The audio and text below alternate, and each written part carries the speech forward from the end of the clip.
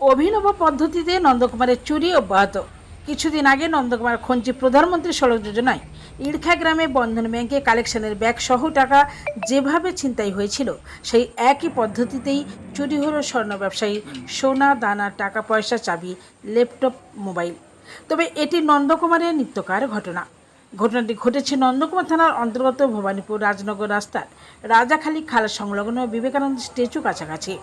হঠাৎ করে পেছন থেকে ধেয়ে আসা 3-4টি বাইকে 4-5 জন সামনে ঘিরে দাঁড়িয়ে যায়।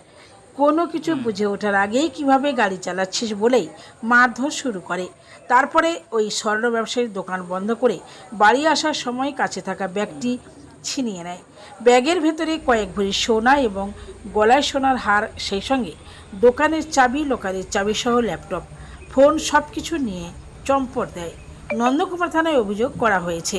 এখন প্রশাসনের দিকে তাকিয়ে এলাকাবাসী সহ দোকানদার। নন্দকুমার থেকে নিজস্ব প্রতিনিধি, সংবাদ কর্নার। কি ঘটনা ঘটেছে? আমি প্রতিদিনকার মতো দোকান বন্ধ করে আসার সময়, আমাদের সোনা দোকান আছে তিরিশতলায়, দোকান বন্ধ করে আসার সময় রাস্তাতে রাজাখালী থেকে ভবানীপুরের মাঝখানে একটা মাঠ আছে। ওই ফাঁকা জায়গাটায় রাস্তা হচ্ছে 2-3 জন পেছন থেকে এসে সামনে 2-3টে বাইক এসে সামনে পাশে দাঁড় করে দিয়ে বলে কেমনভাবে গাড়ি চালাচ্ছিস বলে দিয়ে দাঁড় করালো। দাঁড় করে দিয়ে হচ্ছে উল্টাপাল্টা কথা বলে, মারতে লেগেছে।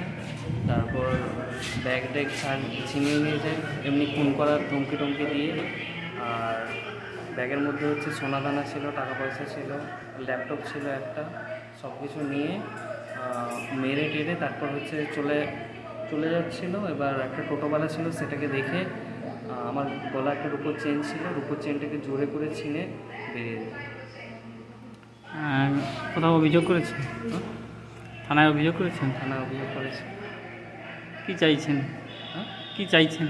এখন চুরি ছিনতাই হচ্ছে এখানে প্রায় বেড়েছে, আমরা দেখতে পাচ্ছি আজকাল। তো এটা নিয়ে কোনো স্টেপ নেই থানা থেকে। ওর নাম? আমার জিনিসগুলো ফেরত পেলে ভালো হয়। অত গ্রাম সোনা আছে, 20 গ্রাম 30 গ্রাম 20 গ্রামের মতো সোনা ছিল প্রায়।